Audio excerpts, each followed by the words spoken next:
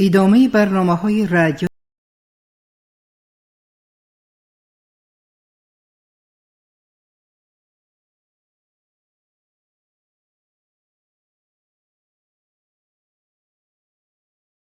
با افتخار 100 سالگی نویسنده خلقی تاجیکستان ساتیم اولغزاده.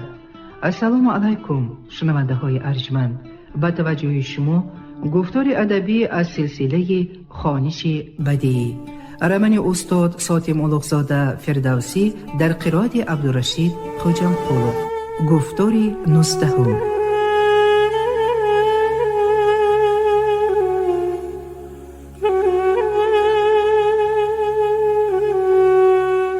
ملاقات با ملیک الشعرا.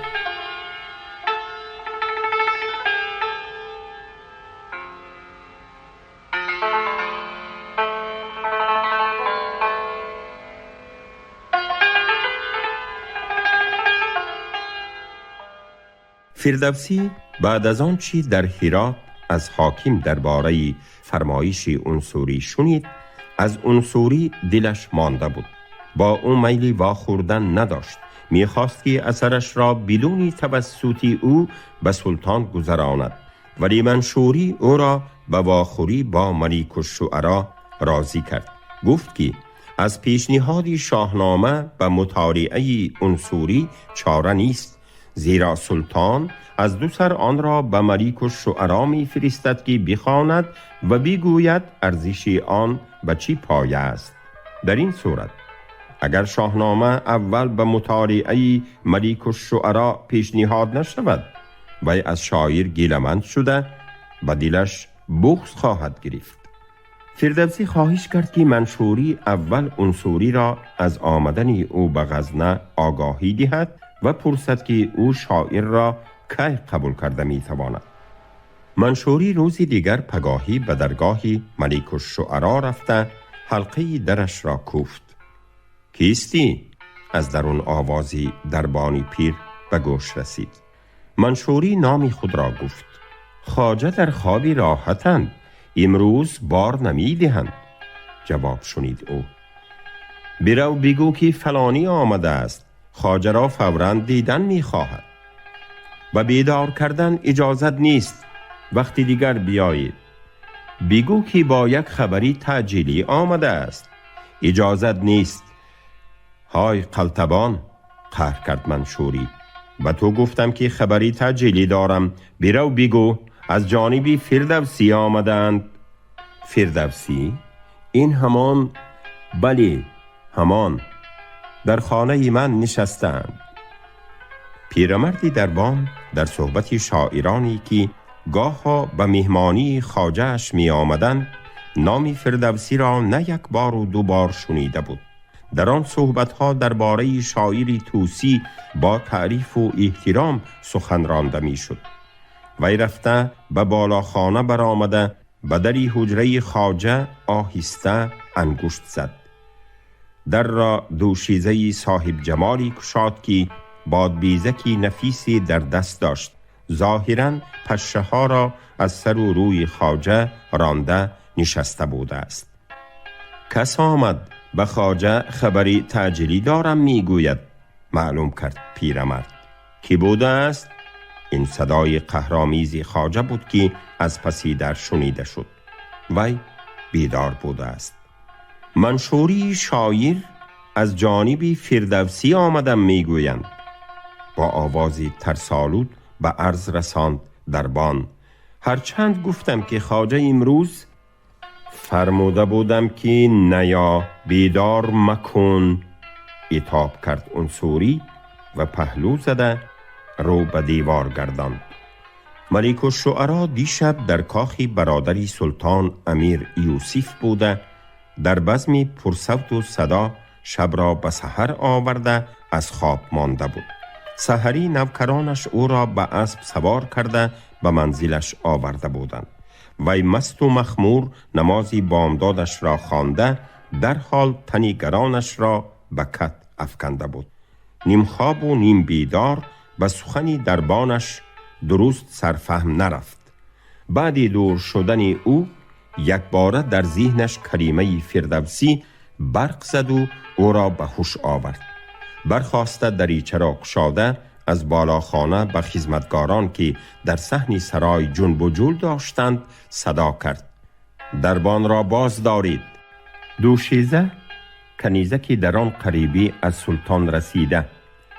سلطان محمود کنیزکان و غلام بچگانی را که حاکمان محلی به طریق پیشکش به وی می فرستادند بعد یک چند هفته یا ماه در خدمت خود نگاه داشتن به صاحب منصبان و ندیمان می بخشید. کنیزکی برنای 16-17 ساله زیورهای زرین و گوهرینش را شلدر شلدر به صدا در آورده از دریچه ایوانی بالا خانه به حملی درون رفت.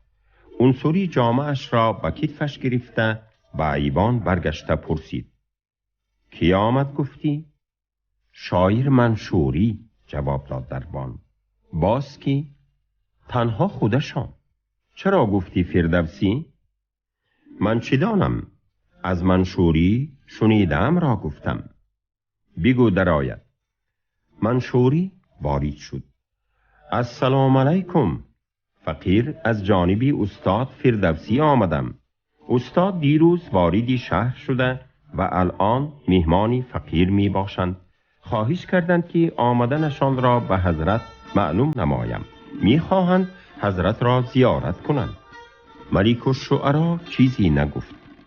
دست بریش کرده یک دم خاموشانه در صحن سرایش این سو آن سو قدم زد. به اندیشه رفته بود. آمدن فردوسی به غزنی ناگهانی غیر چشم داشت بود. چطور شد که آمد؟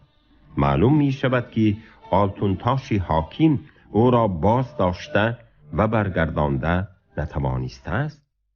البته شاهنامه‌اش را برداشته آوردگی است.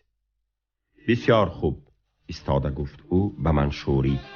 فردوسی را گویید مرحمت فرمایند.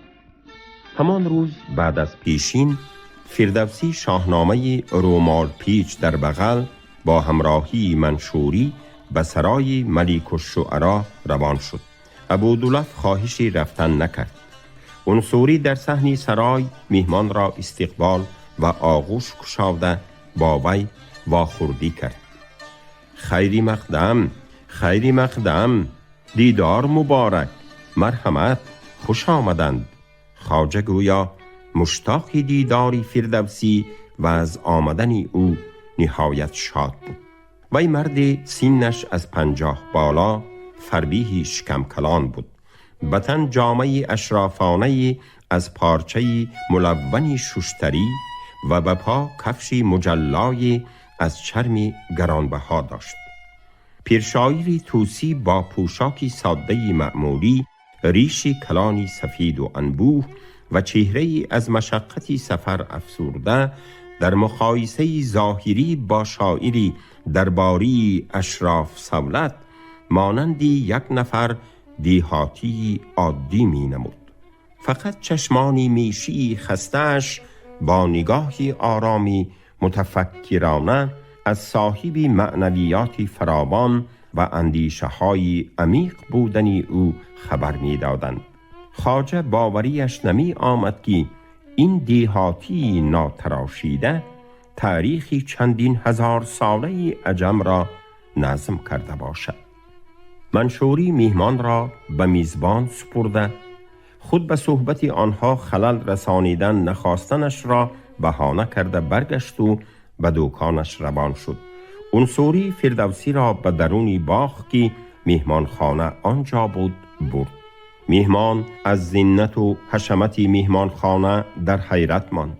یک خودی قالینی سرخ و زردی نهایت خوش رنگ که تمامی فرش خانه کلان را پوشانده بود، به عباره معمولی آن زمان به خراج یک مملکت می ارزد. دیگر قطاری تاقچه های بلندی محراب شکلی منقش و ظرف های زرین و بلورینی در آن تاقچه ها چیده شده، کتیبه های عربی و فارسی و خطی زیبای کوفی و نسخ در دیوارهای گچکاری و بالارهای کندکاری شده شیفتی خانه پرده ها از دیبای شاری و دبیقی در واقع تماشایی بودند و به چشم بیننده حلاوت می بخشیدند. شاعری کمبغلی توسی شنیده بود که ملک الشعرای دربار غزنی از عطاهای سلطان ثروت و مکنتی امیرانه اندوخته است و گاها به پاداشی مدیحه و قصیده های او زر و سیم را برایش از خزینه به فیل بار کرده می فرستادند. خوش آمدید. تعارفش را تکرار کرد عنصری. مرحمت شما زیاد حضرت.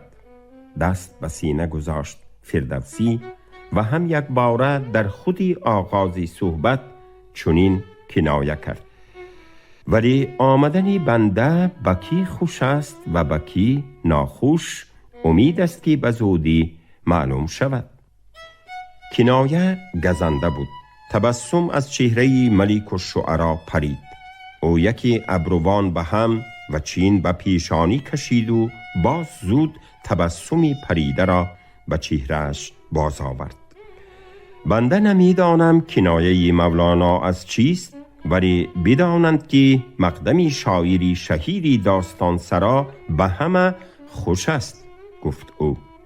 بخشایش میخواهم حضرت، ولی از نامه‌ای که به حاکم هرات ارسال شده بوده است همین معنی دستگیرم شد که فردوسی شاهنامه‌اش را به ما فرستد و خودش برود.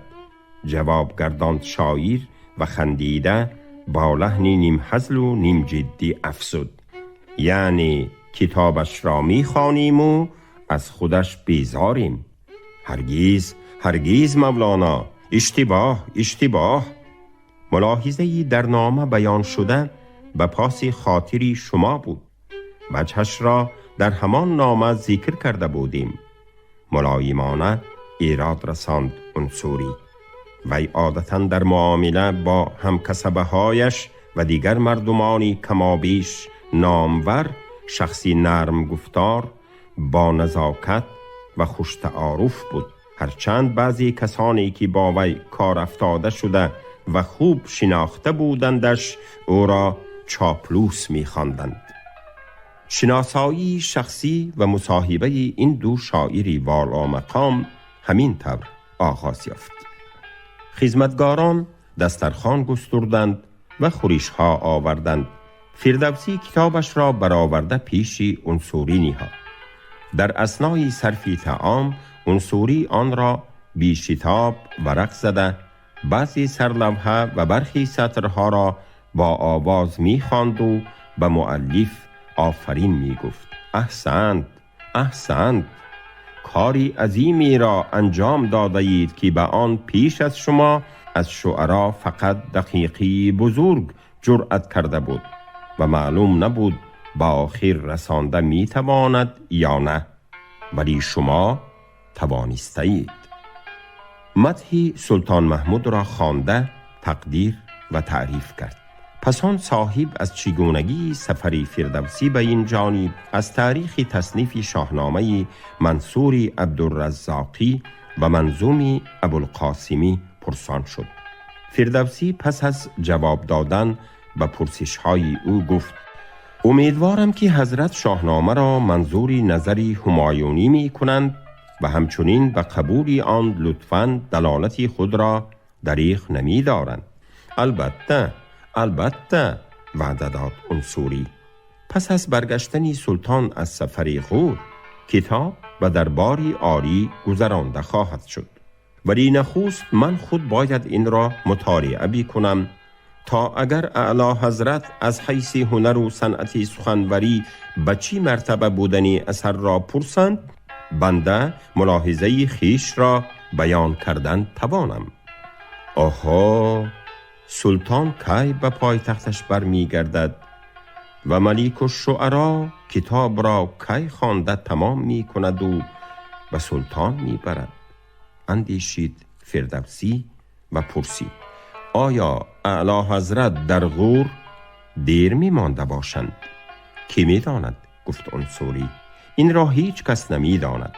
کشوری غور چنان که معلوم است همه کوهسار و و به علاوه قلعه های مستحکم دارد. گمان نمی کنم که ظفر بر غوریان بر همچو سلطان ما صفدری قلعه کشای هم آسان دست می داده باشد. ثانیاً بدانید که بعد از برگشتن سلطان هم شاهنامه به حضور عالی به زودی گذرانده نخواهد شد، زیرا 1-2 هفته به جشن و سور به شرف غلبه می گذرد. پس از آن شاهنشاه مدتی مدیدی در یکی از باغهای خاصه استراحت و عیش و عشرت کرده و در این مدت غیر از 2-3 ندیم و مقربانی خاص کسی را بار نمی دهند. بنده به نزدشان فقط وقتی رفتن می توانم که خود طلب کنند. اصلا منظومه ای را به سلطان گذرانیدن کاری است که به زودی انجام نمی پذیرد.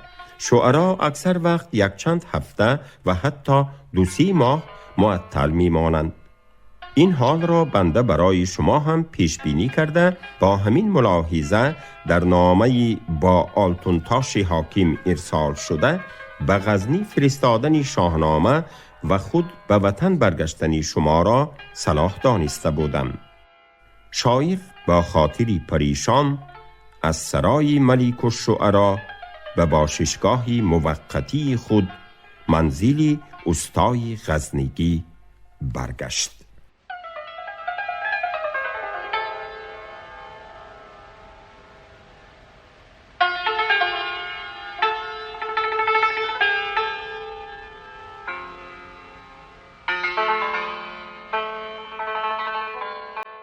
مصاحبه در کاروانسرا.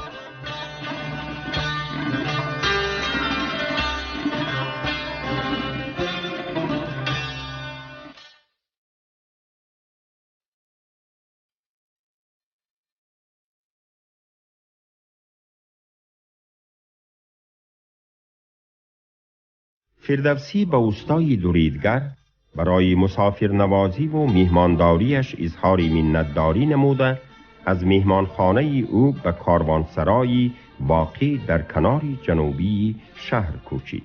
با ابودولف و بابک هر سه در یک حجره جایگیر شدند. بیگاهی منشوری با 1 نفر مردی میان سالی ریش دراز آمدند.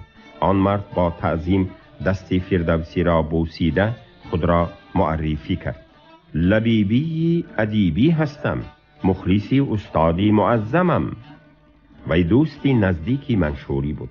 از وی خبری به غزنی آمدن فردوسی را شنیده و زیارتش آمده بود. هر 3 شاعر و ابودولف نشسته هنوز سری پرسپاس را باز نکرده بودند که استا صلاح الدین طبق کلانی دسترخوان پیچ در دست وارد شده سلام داد. برای چی باشد که در قبط سله‌اش 1 شمع دراز را خلانده آمده بود. دسترخوان را کشاد، روی طبق سفارین سبزگونه را قبه بلندی پلو پوشانده بود. استاد به این زودی کلبه فقیر را ترک کردند.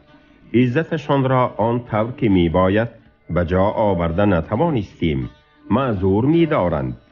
2 دست بر سینه با غایت خاکساری می گفت استا، مردی سالخورده خوش‌سیما و نورانی.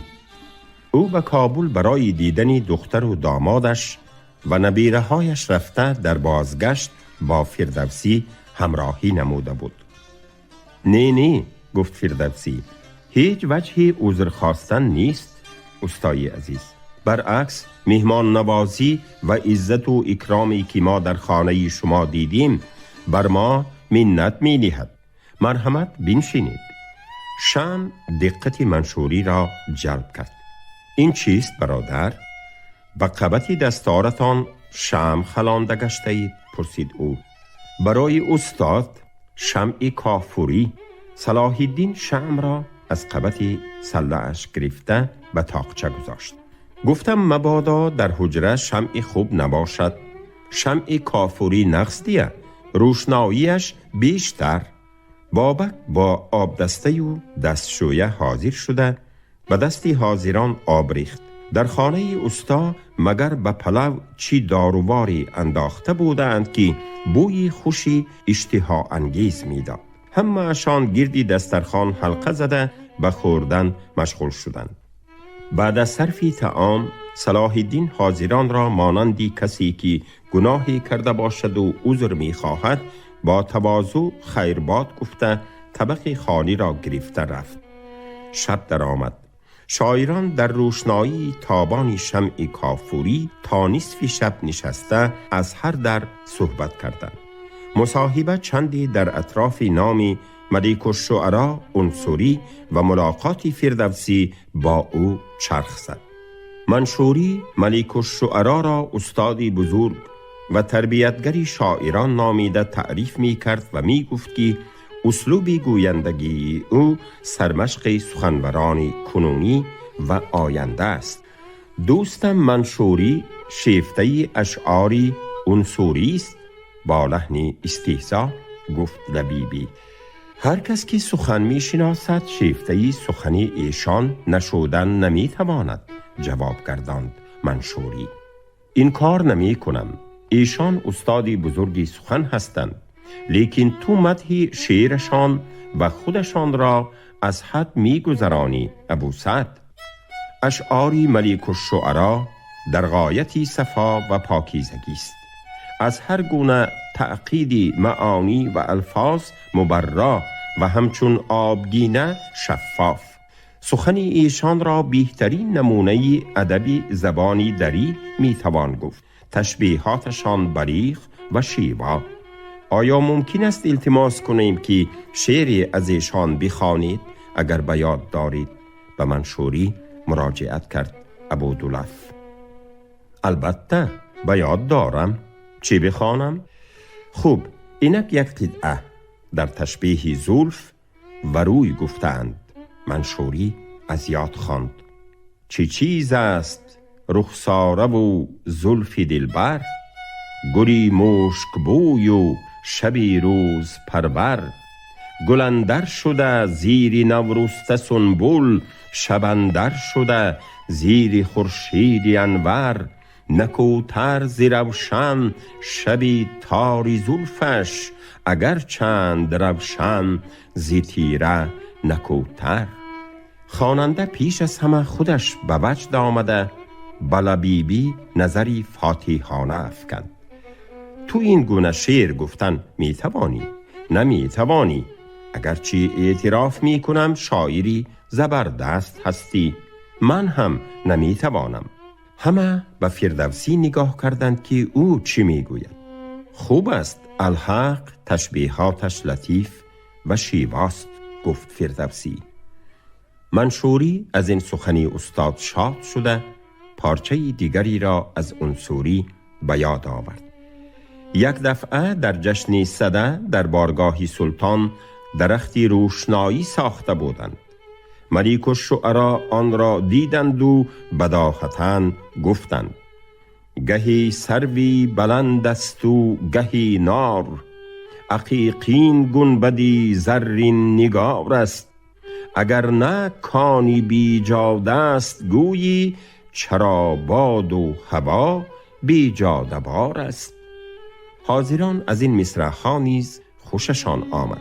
از تبسم فردوسی معلوم بود که او نیز ربایی را پسندید. ایشان به ضمن چنین قدرتی سخنوری شخصی نجیب، انسانی کاملی هستند. انصوری را باز وصف کرد منشوری: در زبردستی انصوری و بلندی سخنی او شک نیست، ولی تو ابو سعد در سیرت او خطا می گویی. به دوستش ایراد رساند لبیبی: میدانم در این باب فکری تو دیگر است، گفت منشوری، ولی من انصوری را همان طور می شناسم که گفتم. بس به ابودلف شبخنگیز نمود و از لبیبی پرسید: پس فکری شما درباره شخصیت ملک الشعراء چگونه است؟ معذرت می خواهم استاد، و فردوسی رو آورد لبیبی: بنده نمی خواهم از ملک الشعراء بدگویی کنم، عادت غیبت کردن ندارم، ولی چرا ما بخیل را بخیل، حسود را حسود نگوییم؟ گاه ها دیده ایم که شاعری در مجلس سلطان شعری خوبی می خواند، سلطان به اون سوری می نگرد که یعنی بگو درباره شعرش فکری تو چیست. ملک الشعرا اول با شکر تعریفشان کام شاعر را اندک شیرین می کنند و سپس به شکر یک قطره زهر می چکانند. باری ایشان درباره یک قصیده حقیقتاً استادانه ابو سراقه چنین سخنرانی کردند: به به، مولانا چی مدیحه غرایی گفتند. بنده دیر باز یک چنین ابیات دلچسب را نخوانده و نشنیده بودم. احسنت، احسنت. مولانا اگرچه از رودکی اخذی معانی کردنشان احساس می شود، ولی آخر استادانی بزرگ را پیروی کردن هنر است، نه عیب. مولانا از این هنر به طوری کافی و وافی برخوردارند. به همین طرز ایشان قصیده را به تقلید و دزدی معانی نسبت دادند. ظاهراً تعریف کردند و اصلاً بر خاک زدند، حالان که قصیده تقلیدی نبود. من شنیدم تقلید بوده است. ملک الشعرا بی سبب ایراد نمی گرفتند. سخنی گوینده را قطع کرد منشوری. نه، تقلیدی که اون سوری گفتند نبود، فقط یک درجه پیروی به سبک رودکی بود و این رواست. جواب گرداند لبیبی و به سخنش ادامه داد: من نمی گویم که ملک الشعرا حسودند، ولی از گفتارشان بوی حسد می آمد، مثل این که شاعری زبردست را رقیب خود می دانسته باشند. باری دیگر دیدم همچنین در مجلس سلطان و قصیده دیگر یک سخنوری استاد چنین قیمت دادند: بیشک جای این قصیده در ردیف شاهکار هاست. و بعد 2 بیت آن را خوانده گفتند: این معنی میانی بنده و مولانا مشترک افتاده است، این در فلان منظومه بنده نیز هست. پس آن گویا خواستند تأثیری زهر را کمتر کنند که افزودند. گاها در اشعار شعرا اشتراکی معانی اتفاق می افتد و این البته از توارد افکار و تخیل است. همچو خوابگزاری که در تعبیر خوابی پادشاه نگفته است: خویش و اقربای تو پیش از تو می میرند، بلکه گفته است: تو از آنها عمری بیشتر خواهی دید. ملک الشعرا بجای این که گویند تو معنی را از من دزدیده‌ای، این نکته را نرمتر، خوشایندتر افاده کردند.